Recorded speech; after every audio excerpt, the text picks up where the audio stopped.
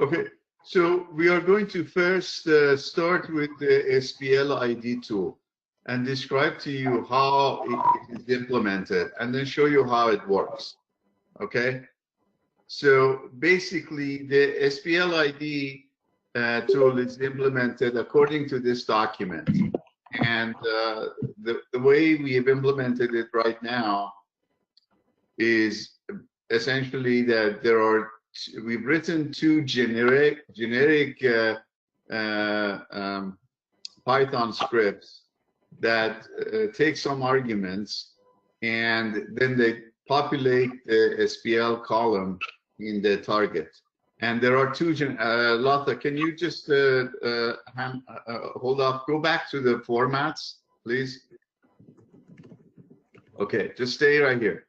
Okay, so the first SPL tool implements this format, which is the format where you have the, text information before the ID information, adds the word information, and then adds the sequence number.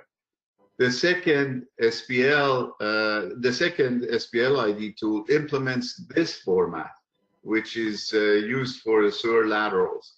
And in this case, you have a word and then you have the sequence according to what we have received from you. So both of these Python scripts, one of the arguments to them is the name of the sequence that is a defined entity inside SQL Server. So SQL Server has a data type called sequence, and you can basically create a sequence and you can tell it what the starting point and ending point should be. And this is very, very similar to how Oracle used to have it for a long time. SQL Server didn't have it. So SQL Server has it now, and we are taking advantage of it. What that really means is that, whoever runs this tool doesn't need to worry about duplicate sequence numbers to get created at all, because the sequences are coming from the database. They're always unique. So as a result, even if two people are editing the same feature class and they are assigning sequences, they don't need to worry about collision. Even though they may have their own versions and they're editing their own versions, there's no collision, because every time you request a sequence, you get a new number from the sequence. We are in control of these sequences. We can define what the starting value should be and what the increment should be. So let's look at the sequence definition. If you have that in the what are the privileges? Do they need to have any extra privileges to run the tool? No extra privileges to run the tool. You do need extra privileges to create the sequence, but you do not need extra privileges to run the tool. No. It's using the sequence is like being able to edit a record in a table or insert a record or something like that. It's very, very simple.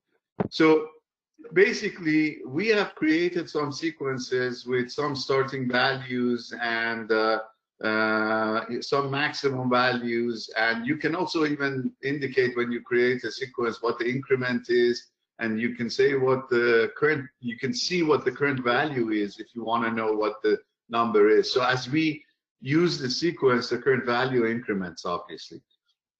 But this is just in our test environment. When it comes to implementing this on your side, we can decide what the start value should be. So that would be something that is out of the range of what you've been doing in the Oracle database in the past, so that we can work with you on that to make sure this is not colliding with the previous settings.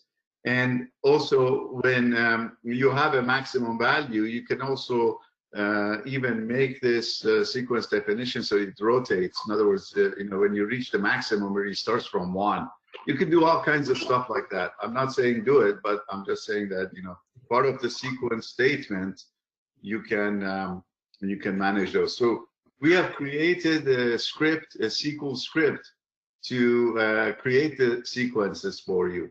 And this is these are storm sequences, and this is the way the script looks. So Latha, can you increase the font a little bit for everybody? Okay. So format, go up in the top, type, pick format. Okay, and font, and increase the font. Yeah, there you go. So you see what the sequence looks like, okay? So here is how you define the sequence. So you basically, you say, if this sequence doesn't exist, then go ahead and create it. And you name the sequence, you give it a starting point, you give it an increment, you give it the min value, max value if you want, and you say no cycle, no cache. No cycle, no cache are statements regarding cycling and caching, which typically we don't use. Okay, so that's how the sequences are defined. So this references the way the asset IDs are today, not the way Michael was hoping to change them. So does that mean we just keep them the way they are and not change them? No, you need to use sequences no matter what. However you want to do it, because if you want to have a unique ID, you do need sequences. So this defines a sequence. This, we haven't even said what the format should be, but that just keep in mind, if you need to have a unique ID, you need to have a sequence. As you know, in the system, in asset management, you normally have one asset ID, and in GIS you have many different feature classes where object ID is common and could be same. So you really need a unique column to be able to synchronize with asset management system. So that's what this unique ID is for. Just keep that in mind. Okay. So what are the procedures? The two internal procedures that you have, let's look at those. Latha, can you show the A and the B, what the arguments are? Okay, the A means with the prefix and B is without the prefix. And I'm going to go to the A. So let me zoom this one. Okay, this is with the prefix, the A. Okay, so this tool, which is the SPL ID with prefix, basically takes the arguments as workspace name. That's your, typical workspace. Select a connection to your editing database there. The feature class name is the name of the feature class you're going to execute this tool on. The prefix code is whatever you specify, okay? And the word column name is the name of the column that contains the word number, okay? And SPL ID column name is the name of the SPL ID column that you want to basically, this tool to store the unique SPL ID in there. And the sequence name is the name of the sequence you want to use for populating that SPL ID, okay? So this is a pretty generic Python script. It doesn't care about what target feature class you're doing this to. It doesn't care about what the prefix would be. It's really, if you may, a low-level Python script that you can use over and over again for all the different feature classes that you have, okay? Now, this one is the one with the prefix. So basically, when you run this tool, just go ahead, Latha, scroll up a little bit. Okay, when you run this tool, this will tell you how many features it found that needed an SPL ID, and it assigned the SPL ID to them. So the way this tool works is that it goes through and says, let me see which records, which features have a blank SPL ID. And if they have a blank SPL ID, they are the targets to get updated. And it will update those, okay? When it comes to finding what the word number is, the word number is a column in the attribute table of the feature class that you're specifying. And that column should contain the word number.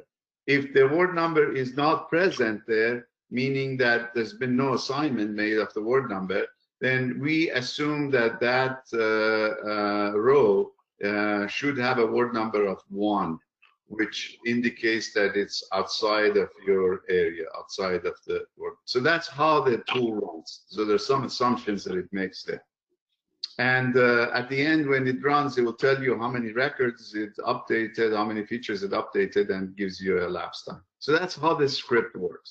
So if you do it within your work area, it's going to do some sort of spatial join to capture your word number? The word number is assumed to be a column in your feature class. And Yeah. if you scroll up, Lata, scroll up, and the name of that column where the word number is included in the word column name, if you see it as an attribute. I added that field. I'm just thinking that because you said if you run it and you don't put a word number, then it assumes that it's 1 because it's outside your work area.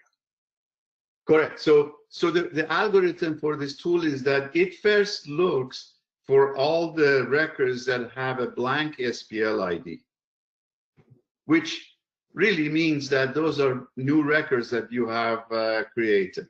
Yeah. Then within that set, which in this case, when we ran the tool, there was 3 of those. Within that set, then it assumes that the word column, which is word number column specified in this argument, is the one that it should look for the word number. It looks in those 3, specific records that need a SPL ID. It looks and see where is the word number. Okay, the word number is 2, 4, 3, or the word number is not there. In that case, it will use 1. Okay. Okay. So that's how it is. It doesn't. This tool is not designed to disturb existing SPL IDs that you have in the system. Ali, I have a question. Go ahead. How would we be able to tell the difference between SPL IDs that are in Ward 1 and the ones that are outside that have a 1 as well?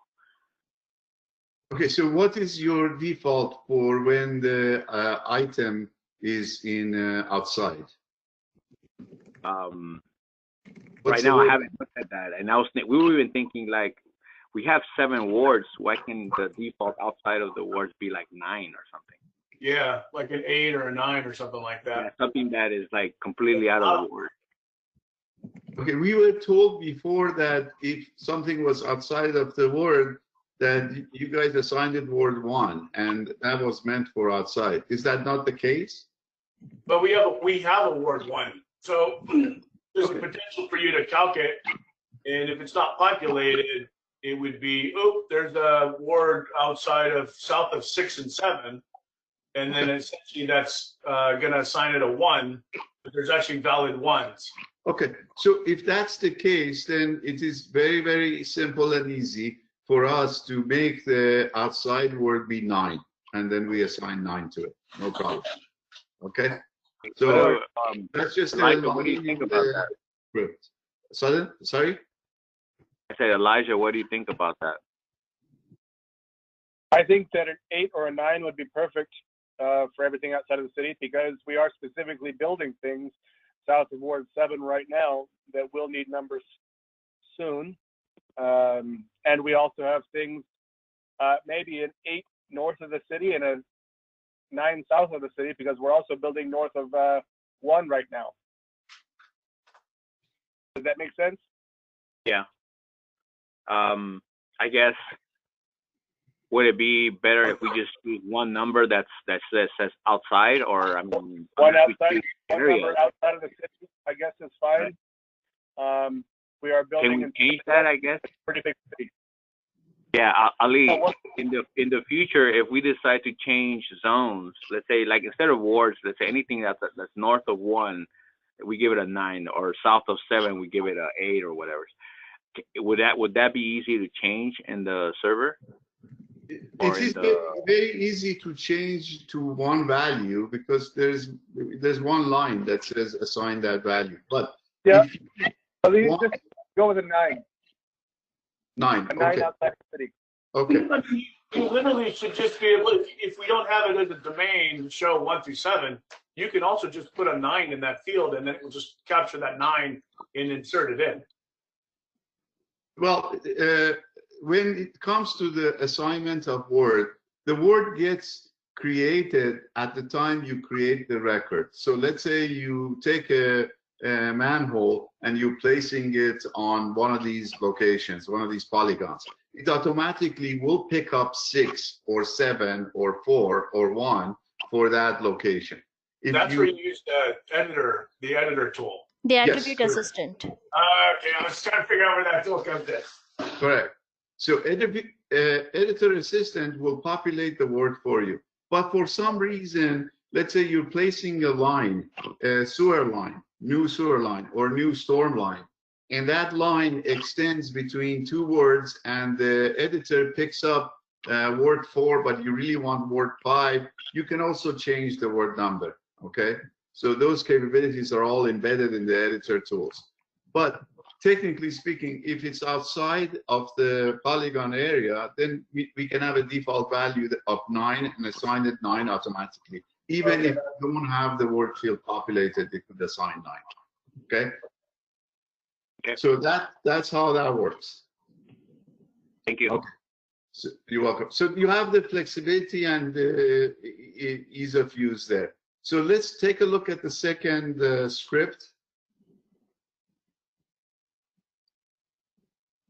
Okay, so second script is called SPL ID without prefix. And fundamentally it's exactly the same, but it just doesn't prompt you for a prefix. And this one is the format that you currently use for the laterals. And it really continues on the same idea and the same topic. So with that, these SPL IDs tools can be used as a standalone, or technically speaking, you can have a script that calls for every one of these SPL ID assignments for all the feature classes that you have created. And Latha, do you have an example of something like that in the document or not? To run for all, no, not yet implemented. Okay, so let's go ahead and run it for one case so that you can show how this works. So describe what you're doing here. Okay, let me now switch all the layers back and just zoom into a location where I have a pump. So I'm going to zoom in here. And right now we have all the values filled in. Assume that we don't have, so I'm going to start editing to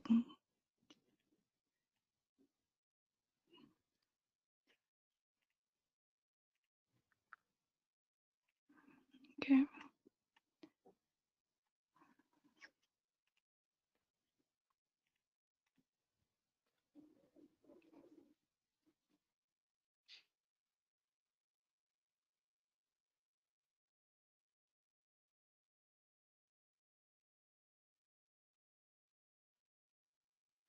Okay, now my editor is on, so I'm going to remove to show what's going to happen. So let's do one of this. So let's say these two are added newly, as we'll assume. So notice in here that one of them already has a word number of 2, and the other one doesn't have a word number. So this is a good case of the 2 conditions that can arise. We can then also discuss the editor tools, how the word number is calculated. But for the moment, pay attention to the asset ID field and the tool that Latha is going to run. Okay, I saved my edits. I stopped editing. Now I have the toolbox here with those 2 tools. So first one is the with prefix. Second one is for the without prefix, which is for the lateral. And I'm going to run the first one. I have the same dialog box open up. I'm going to select the my location connection information.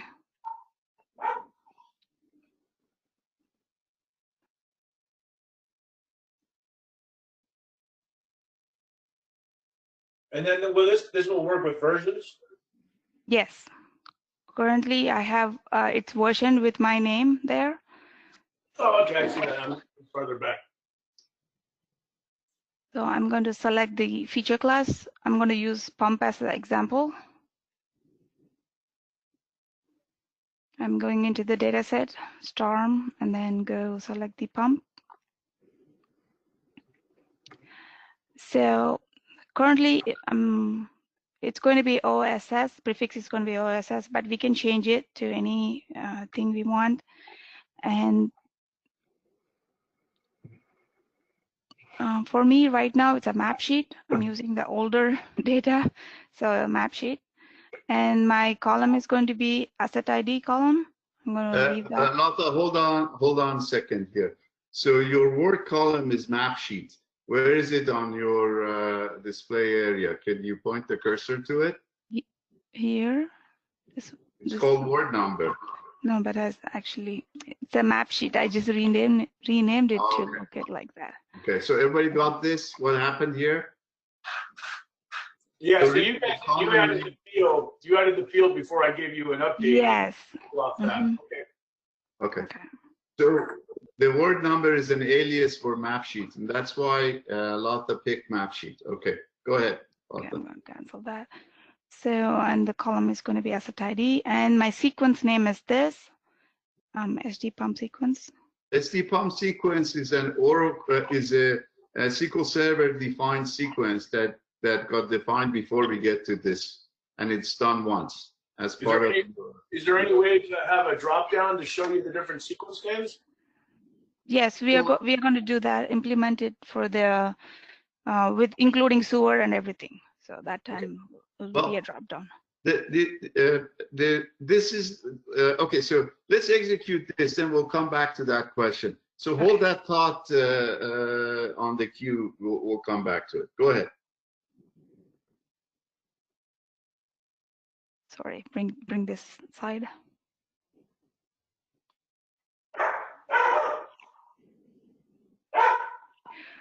See, it said completed, 2 rows were updated. And you see it's already filled on this side here. I'm going to go ahead and close it. Okay. If you see, we made this one blank in addition to this one. What do we select?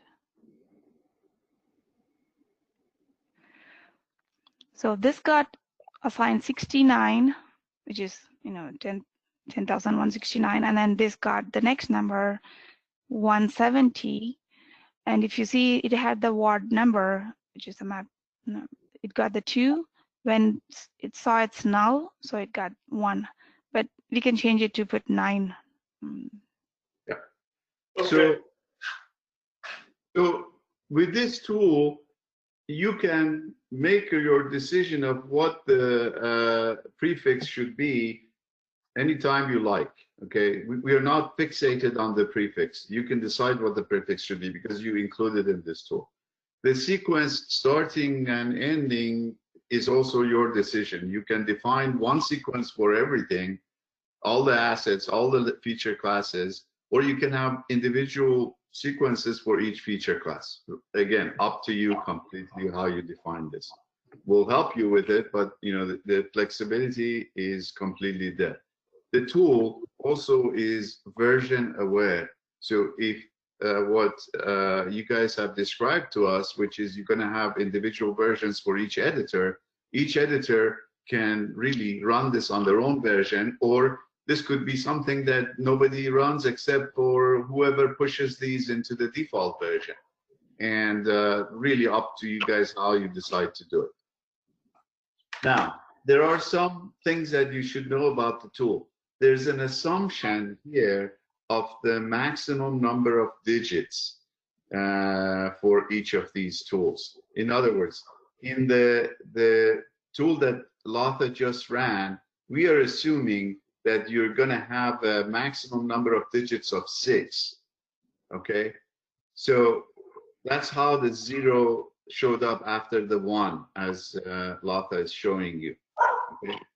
Now let's run the other one. Latha, do you have the data for the other one? Since there's no laterals in Storm, can I use this as an example? Same pump as an example? You can use the same one, no problem. Okay. So similarly, so let's go ahead and select.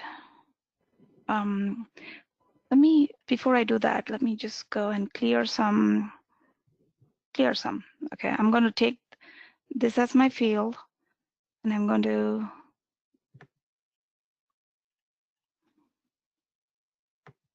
So imagine for a second that project ID, we are using it as a surrogate for asset ID, okay?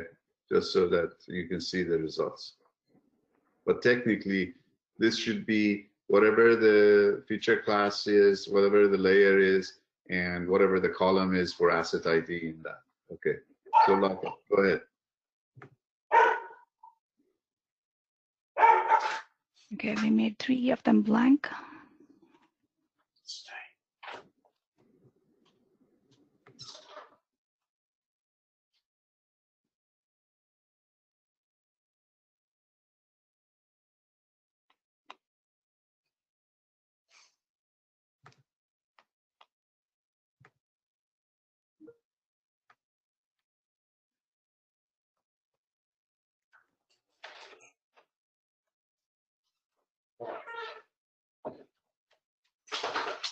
So let me pick, that's not the version.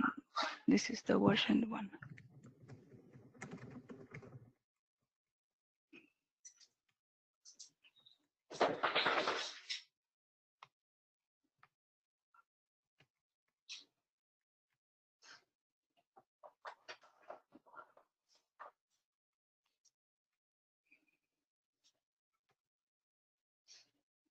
So like I mentioned earlier, it's going to be map sheet.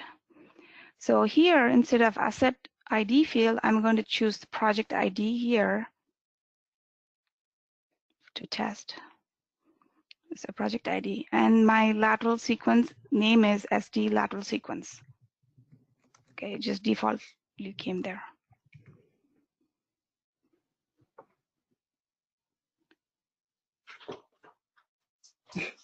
See, it's completed here, and we see 3 right now. Let's close and go back, and if I select the ones,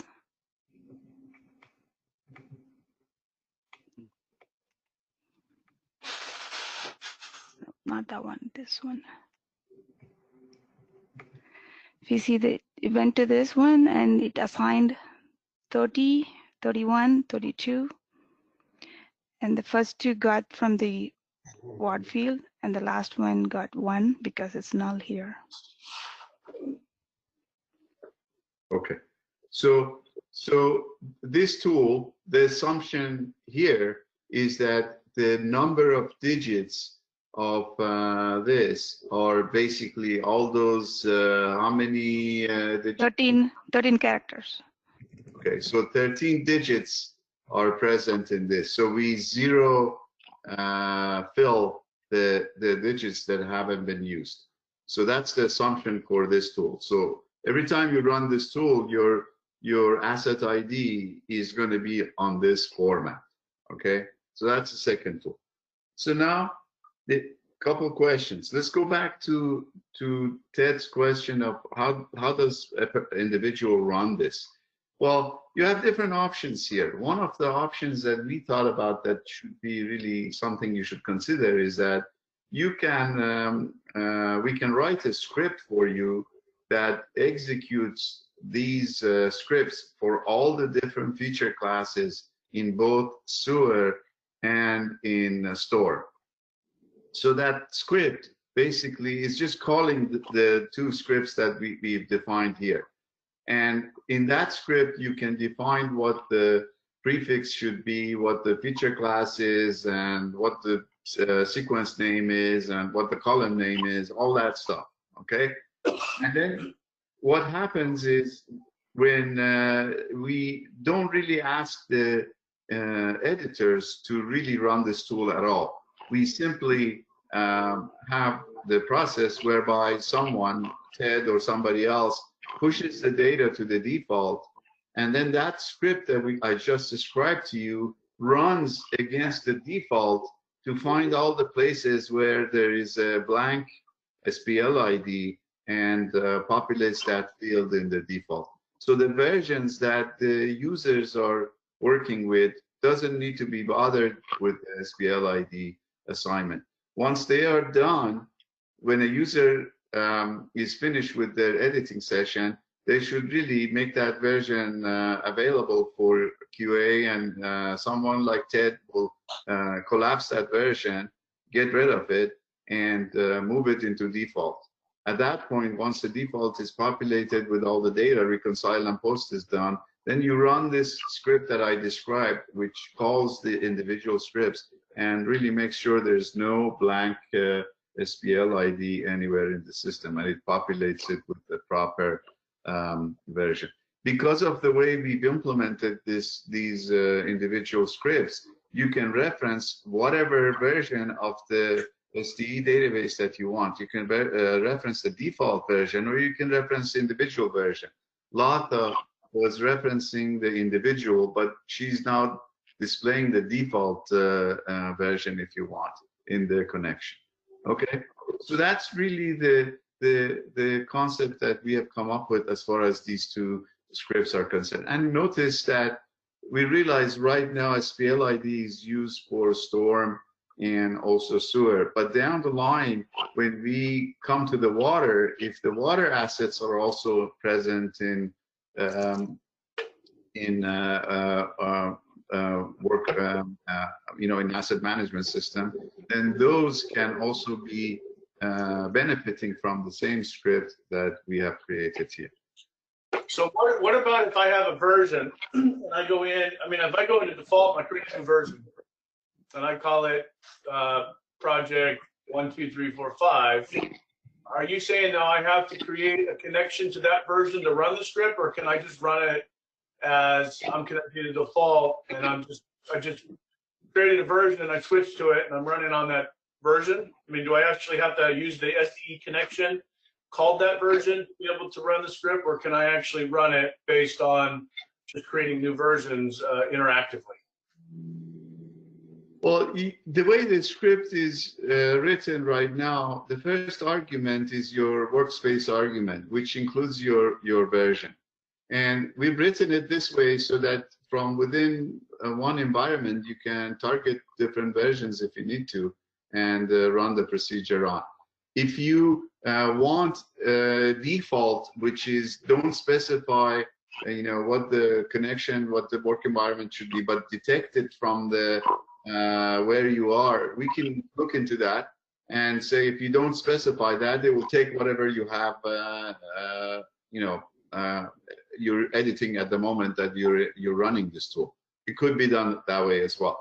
Right. Note that this tool is not, again, I want to be using the terminology, it's not destructive. In other words, if you already have SPL ID assigned for a feature, this is not going to disturb that SPL ID assignment. This only works for records that don't have SPL ID. And technically, you can do it at the version level and then roll it up into default, or do it at the default level once all the stuff is rolled in. Doesn't really matter. Every time you call the tool, it will grab a next sequence for every feature in your feature class that doesn't have SPL ID. So bottom line is that you can run this tool without worrying, and it will do the right thing. Okay. Okay, I would like to have a component in there where you could grab the version, a drop down to select the version, or take the version that you've switched to within the table of contents. Okay.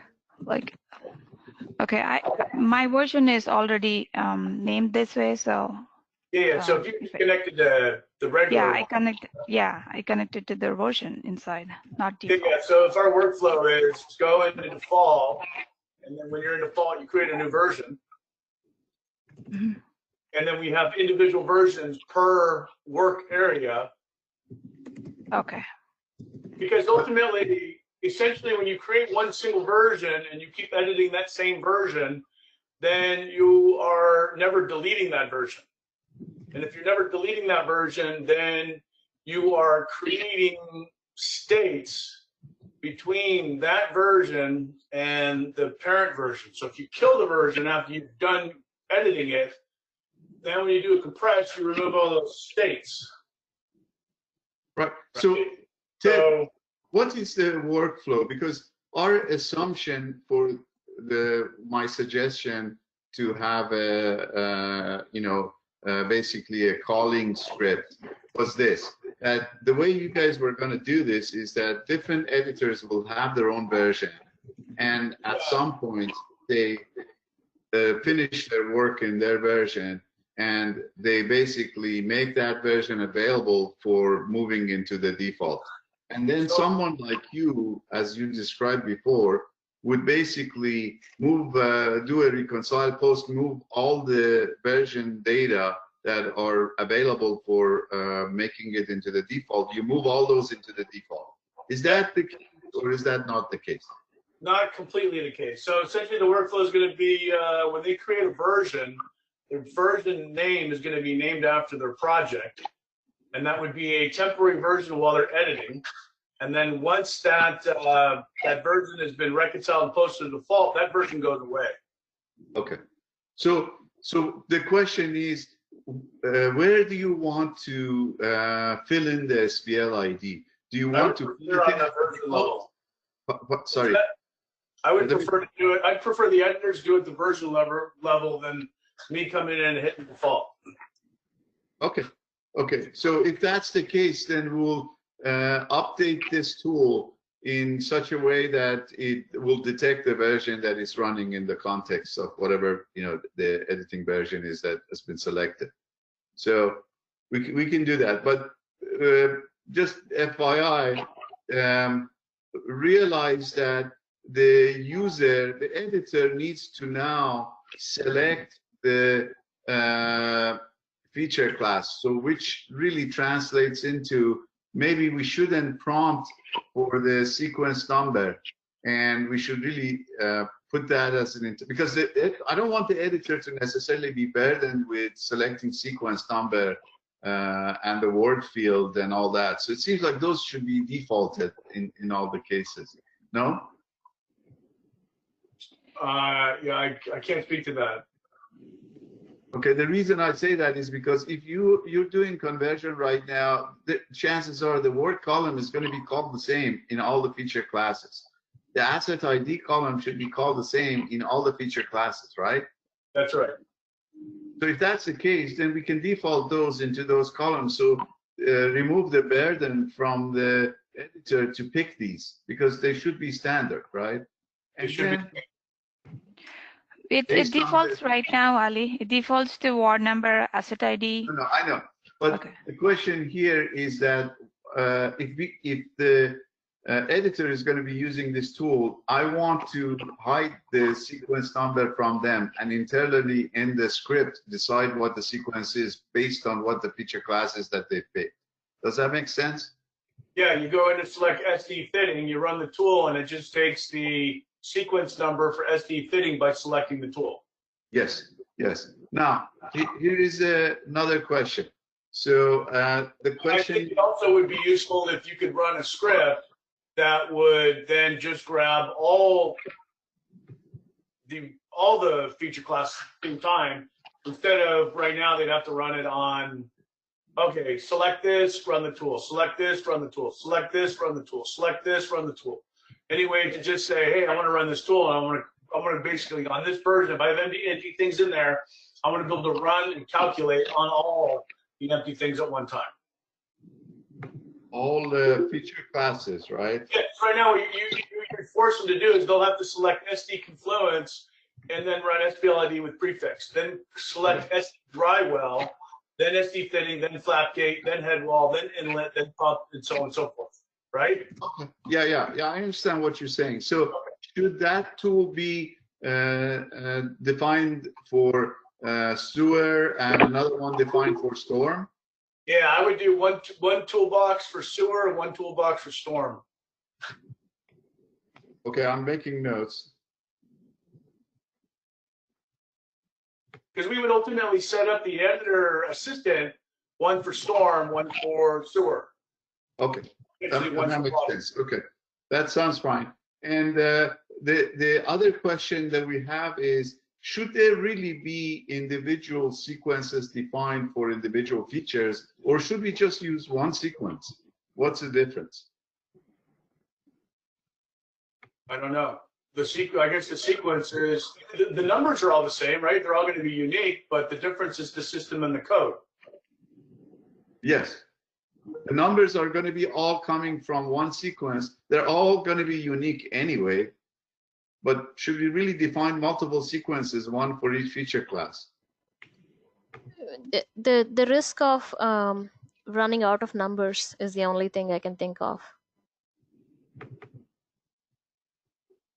Oh, because you're saying it's going to take 2 from SD channel, it's going to take 2 from culvert, it's going to go 1, 2, 3, 4 between culvert and channel.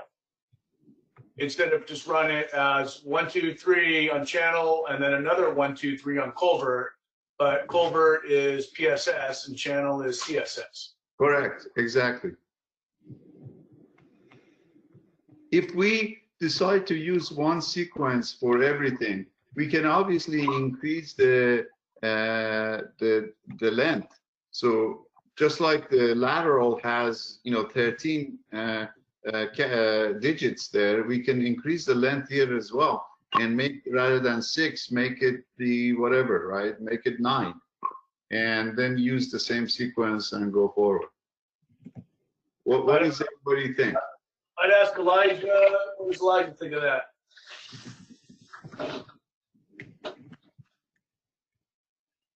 I'm good with it. Okay. And should we increase the number of digits from 6 to, let's say, 9?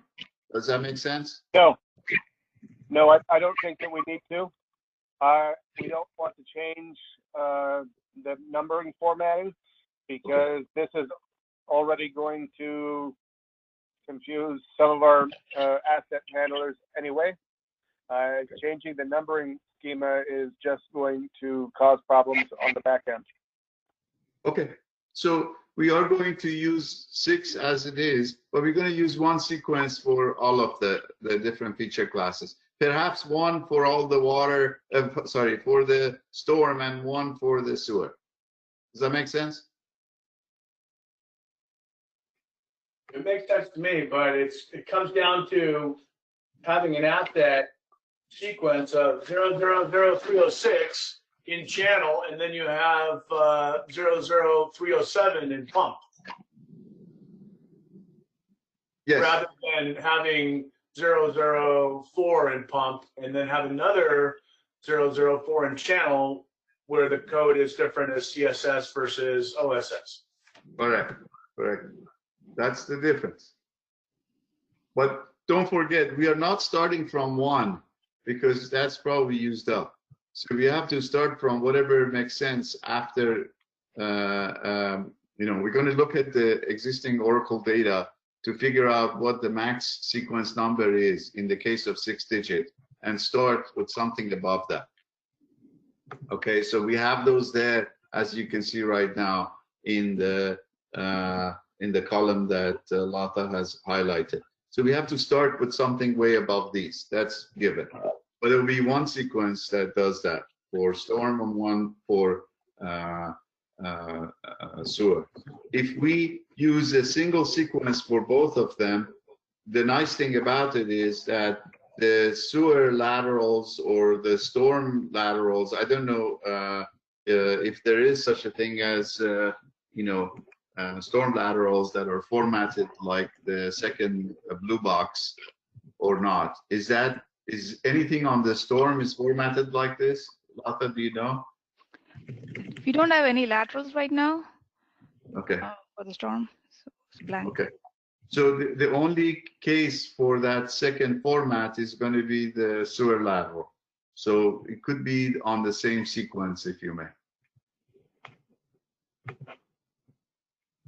So you're okay, Elijah, to have a single sequence across all different data sets, knowing that at least you have the code being different. So you can't have a, let's say you wouldn't be able to have a manhole and a pipe the same number. Correct. And that's not going to work because we have that now. The thing that differentiates that is the code. So because the code separates it, it should be different sequences. Because if we combine everything all into one, then the 6 digits is definitely not going to be enough. So we need to have, having that sequence of the code is what gives us that flexibility to only use 6 digits. Okay, just for your information, in the past, when we looked at your AML script, you had individual sequences defined per feature type. So there was a sequence that handled all the points, a sequence that handled all the lines, and those sequences were different. But with the one that handled all the points, basically handled manholes. The one that handled lines handled all the different lines. And the sequence that was for the points also handled anything Ali, else. do you have the new codes that wastewater provided? Because they're not on Here. that chart there. We have, is this the one? No, he that's actually storm. he changed. He only Okay, changed, that's correct right there. okay. It was the So- radical change was storm, but he only made a couple tweaks. Right. So that is that's pretty simple right there.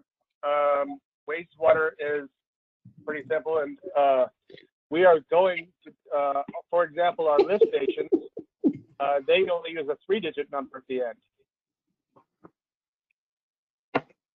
Sorry, say that again. So our lift stations only use a 3-digit number. Can you so the bring lift up the station- stations, please? Let me see. A lift station, for example, is COL-WLS 001, 0 or 002 through 22 so far, I believe.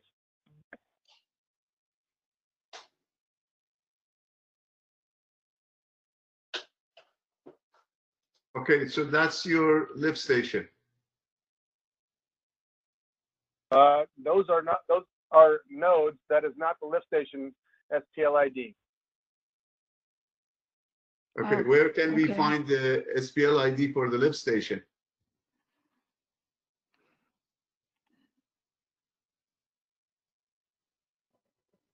I think we have about 5 minutes. I will look and get back to you on that because those numbers belong to a specific manhole at a lift station.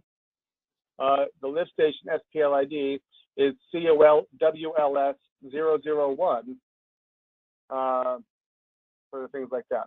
Well, wait 1 second though. This is the data that we received from you. So is the asset ID column the same thing as SPL ID or it's not? It was the old It SPL. is called it is. But that data hasn't been edited in a long time, and that data just came out.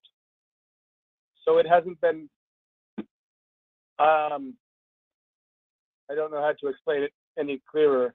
It needs to be updated basically with just 001. Okay, so what I'm hearing is that if a new lift station is added, that the asset ID for that lift station is going to have a totally different format than these asset IDs, correct? Yes, it only has 3 digits. understand. So that's why I said, I told Ted that lift stations do not need specific to be run this way, because it can just be typed in manually each time. There are 21 currently. That's just, I gave you that information just because, so that you don't use that code anywhere else, so that those numbers are unique. Okay. But the COL WLS or the COL PWS, that makes the numbers unique. Yeah, so you're going to go back in and just manually update that yourself. That means if they were to run this on multiple data sets, they can just leave off lift stations for the calculation. Okay. I mean, Correct. that you can do whatever. We can include a sequence of 3-digit codes and use that sequence to execute it against lift stations if you want to, or you can remove that from the, remove the lift stations from the overall SPL ID tool, and then those would not be assigned automatically. They will be assigned manually. However you decide. So that's easy to do. But in terms of the individual sequences for each feature class versus one sequence for all, it seems like you're leaning towards For Storm, it's going to be, for Storm, you cannot do individual sequences for each of those classes. That's just crazy to have that many sequences. So yes, I agree that one sequence for Storm would work. For wastewater, it won't work. We only have a few sequences. That should be fine. Or we could probably group it into pipes and manholes, and then the other point or other lines. So maybe 3 or 4 sequences, okay, but not one. And if you would like, we can touch base on that. We can trade a few emails to come up with the specific ones for wastewater that would have a separate sequence. My main concern is the main lines and the manholes, because there are a lot of those. There are already around 20,000. Okay, so let's do this. We are going to look at the previous AML, see how many sequences they defined there, and take that as a criteria for the sewer. For the storm, we will live with one sequence and go forward. Does that make sense? Yes. Okay, so we'll follow that. We'll send it to you as a confirmation for this. So you have answered most of my questions on SPL ID tool. We now know what modifications we need to make to it. Latha, do you have any other questions? The only question is, okay, since it's going to, I just noticed this is 3 because it's going to be collection. This is going to be SD. Should SD be part of the one of the argument, or Yes. Okay. We'll make that an argument. Don't worry about that piece. That's Okay. internal discussion with us in terms of how we update the tool. But my question is, if you agree with this, we will build the tools, but when it comes to creating the single tool that runs all the SPL IDs for all the features in a feature class for sewer or storm, we will do this in a quick session with you. We'll create a template based on this spreadsheet that you have provided, but we'll go over it with you interactively just to make sure it is exactly what you want. And then we go ahead and turn it into an our toolbox tool. Is that okay with everybody? Yeah, that sounds good, Ali. Okay. I do have a question on the storm. Do I'm basically going to create a historical SPL ID field, calc based on the current asset ID into that field. Am I to just wipe out the field for storm to have it blank, and then you guys start from scratch with SD-JB-000128, or what needs to happen with that, do you think? I can tell you from my side, I believe that these SPL IDs, they are already being used in Oracle asset management in WAM. And if they're being used already, we should leave those alone because there are work orders that you guys have created against these asset IDs. So no, yeah. So that's my point. So my point is that what if I understand correctly, Michael D came in and changed out all the prefix values to be custom to SD-FL, SD.HW, SD-IL. So if you go into like the storm data, does it say SD-CN in there, or does it say call.-CN? I think those call that, yeah. Yeah. So he came in and changed, like pump, he left pump at call-SLS, but SD-OL for outlet, it wasn't SD-OL, it was something else for that. So the pump is left that way because it is maintained by in the collections department. It is maintained in wastewater. Yeah. So look the at pump. That's the storm lift station. SD inlet, call ISS is the old value. And if you look at the other Excel file, he changed that to SD-OL. So he changed out the prefixes completely. but Ted, my assumption is that this is for going forward, not to really mess with the existing values. Oh, that's how. Can we have somebody reach out to Michael D? No, I thought that was confirmed that we can't change the historical. Yes. Oh, okay. Well, that's Because good. I will send it. I will send a Asset message today Oracle and with make that note of SPL that. ID. But yeah, we can't change the historical values because they have work orders tied to them. Exactly. He's going to come back and say that they don't use those work orders in WAM right now, so it is irrelevant to them.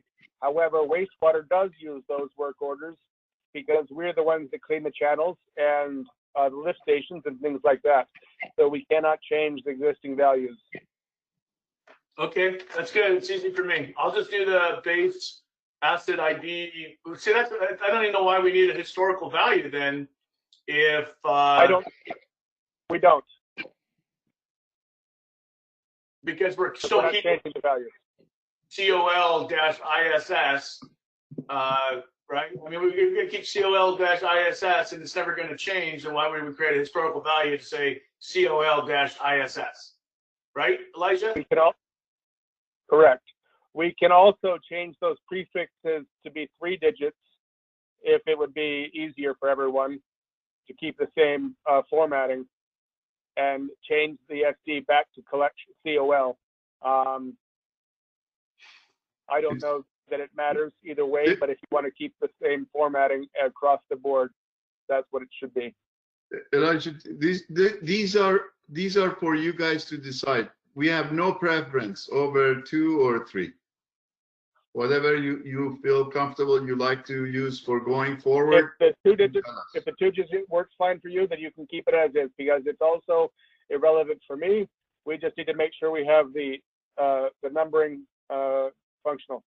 Yes, we will keep what you have here and use that as the criteria. And we will do an interactive session with you guys to confirm everything that we have come up with. Laka, move the pump where it says COL SLS. Label that storm drain lift station to the left where it says pump. That's storm drain lift station. You can move that down to the wastewater section because I will record that manually. There are currently 9. That's a 3-digit code at the end. There are only 9 of those built, so we don't need to do a big coding section for that. I will manage that manually. Yeah, but the data set right now is called what? It should be storm. I don't know. I believe it's storm drain lift stations. That is what I have it used it as. We can take another look at that on the data to see what's coming out.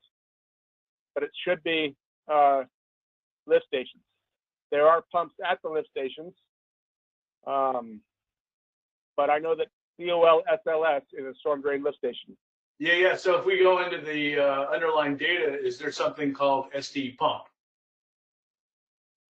I don't know. There wasn't 30 seconds ago.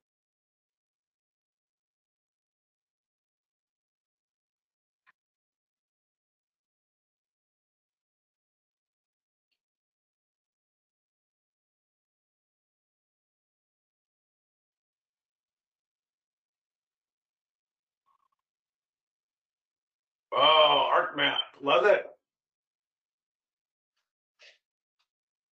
I think I might have, That's for nostalgia purposes. let me go If it here. doesn't crash regularly, you don't think it's not, you don't, you know it's working. Was there an alias on the SD pump, Lata? Can you check? Yeah, there's. This is the SD pump. We have 4 of them, 5 of them. I added the last one. But can you check if it's the feature class name or if it's something else? Okay. Feature class name is pump. Oh, No. Scroll to the Source. right.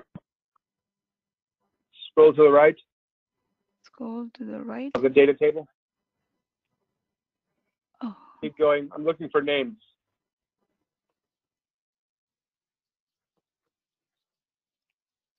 structure Yes. name. Those are the storm structure. Those are the storm lift stations. That is, however, only 5 of them, and there are currently 9 of them, I believe. Yeah. So again, that falls on us with the data not being up to date, but that is the pump into lift stations.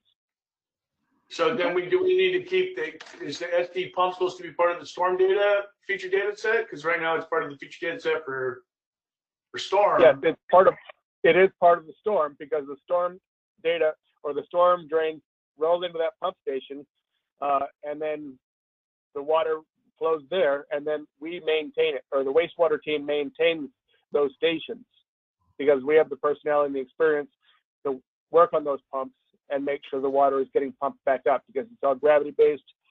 I can explain that later, but yes, it is fine in the wastewater data, or the stormwater data set. I was just explaining the way that numbering system works.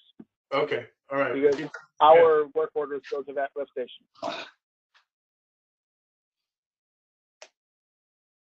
Okay, so I don't believe we have any more questions on the SPL ID. We think we got enough that we will document what we decided in this review meeting and share it with you, and then implement that in the tools. And then we'll come back with a session where we interactively together verify that what we've come up with is what you like.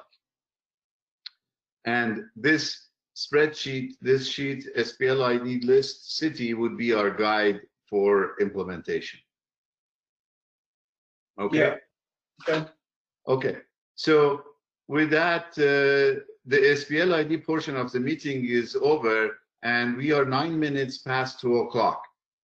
We can continue on the other item, which is really related to the review and the questions that have come up during the review, or we can postpone that to a different time. How do you guys feel about it?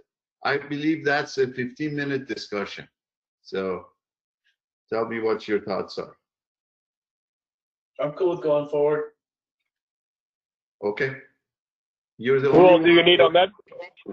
Who all do you need then? What are we reviewing? Okay, we are reviewing basically a comment that is made related to using ArcFM tools for water. Okay. We do not have the water or the ArcFM people on the phone right now. Okay. Yeah, that makes sense. Okay. So let's. We can probably have Wes. Well, yeah, there's quite a few that will need to call in. I don't know what they're doing. I don't want to spring this on them last minute. So let's.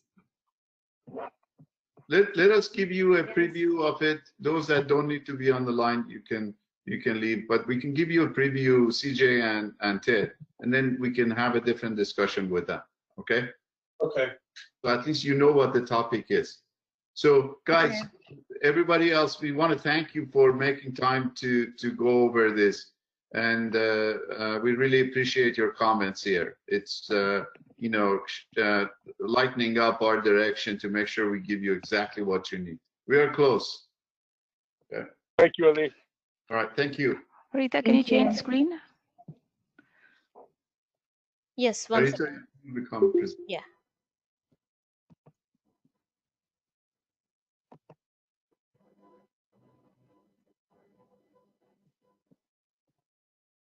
Okay.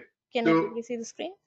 yep, looks good, Arita. So when we received the reviews back, we got a comment in the review that we want to share with you first, the comment, so that you see it and you see why we having these couple slides. So Harita, can you show the comment from the review? Okay. So this was the comment by Wes, which says that we're also implementing ArcFM for water. The electric documentation has very detailed description as to what is being implemented. I would like to see similar notes on the water document that describe the ArcFM components, auto updater, stored display, map insets, and etc. So we wanted to make sure we test our understanding on what this comment is about. So let's go back to slide number 2. So in our proposal, when we mentioned to you how we see the tools being used, there was a table like this that you can go back to. And this table, really, we expanded into the next slide that says how the order of things are done. So go to that slide.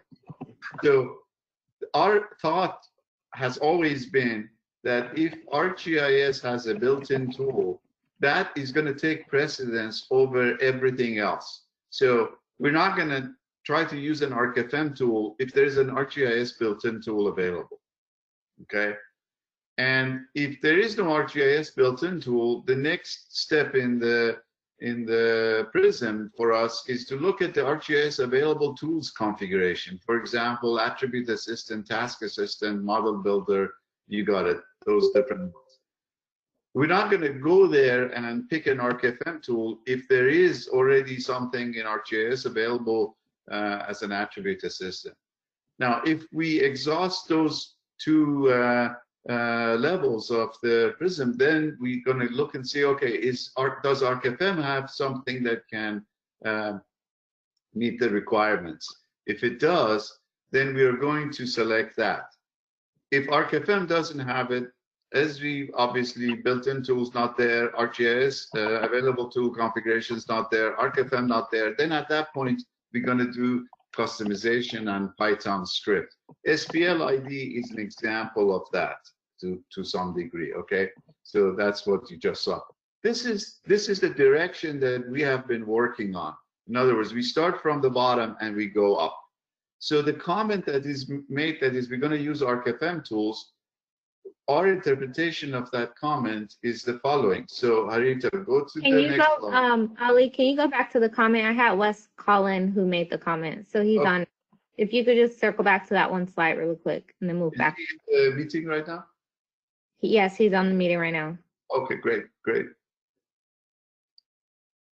Okay, so Wes, we are referring to this comment that you made in the review of the documentation that we provided, and the comment basically indicates that you're going to use ArcFM for water, and we want to test our understanding here what that really means. And our understanding is that, Harita, if you go to slide 3, our understanding is that the first target where we are looking for tools to satisfy your requirements is the ArcGIS built-in tools. So if ArcGIS has a built-in tool and maybe ArcFM has a similar one, we're going to use ArcGIS built-in if that meets all the requirements that you have. If ArcGIS built-in tool doesn't exist, the next step, the next place we're going to look for tools to meet your requirements is ArcGIS available tools configuration, including Attribute Assistant, Task Assistant, Model Builder, all those. If those tools don't satisfy your requirements, then our next level up is ArcFM. We look and see what ArcFM tools are available. And if there is no tool available in that tool, in these 3 toolboxes, then we're going to look and see what customizations have to be written. Python script customization is in some ways a last resort, and we already faced one of those with the SPL ID assignment. Okay, so we've gone to that already because of such a configuration of the SPL ID, which is very much customized to what you guys are doing.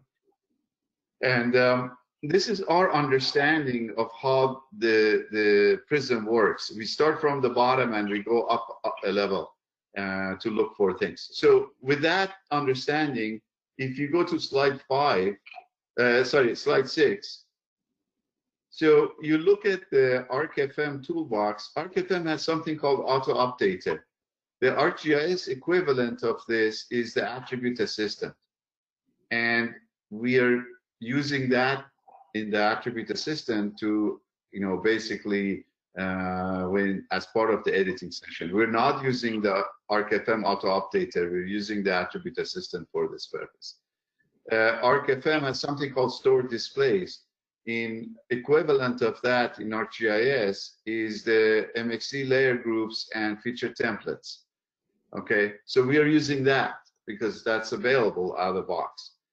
And the other tool, the ArcFM has something called map insets. And again, on the ArcGIS equivalent side, there's a magnifier window. So we are proposing to use the magnifier window for that purpose. And then this is where we are going up the levels of the prism. There is a tracing tool available in ArcGIS. There are tracing functions available with,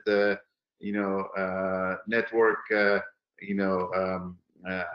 water utility network toolbar. But the tracing tool that is available here from ArcGIS is not as good as the tracing tool that is available in ArcFM. So we are going to use the ArcFM tracing tool for you when it comes to the performing tracing on the water utility network. So are we on the right track with this thought process, or do we need to take a step back? That's what we wanted to know, and we wanted to discuss this before we get involved in sprints related to water, because this obviously influences the direction of what tools we need to use. So one of the reasons we were going to go with ArcFM was because we already, paid to have customizations created for the water side, such as all the auto updaters that we were just hoping we could just reuse. And similarly with the store displays and all like the composite favorites that we can easily build out to perform like assembly editing functions. Okay, so can you go to slide 3, Harita?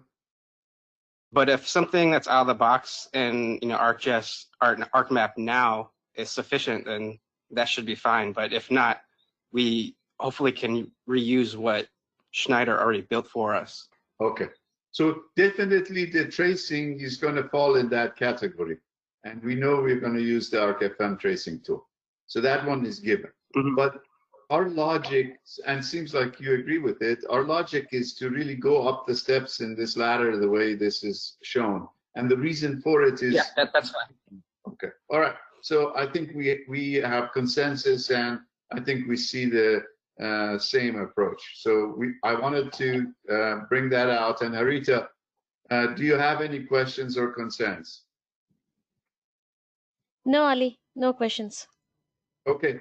Okay, fantastic. We appreciate everybody being able to make time for this. And this helps us a lot because we are about to get started with the water and we wanted to do the planning right. Okay, sounds good. All right, thank you very much. Okay. Thank you. Thank you. Thank you. Bye, everyone. Bye-bye. Bye. Bye-bye.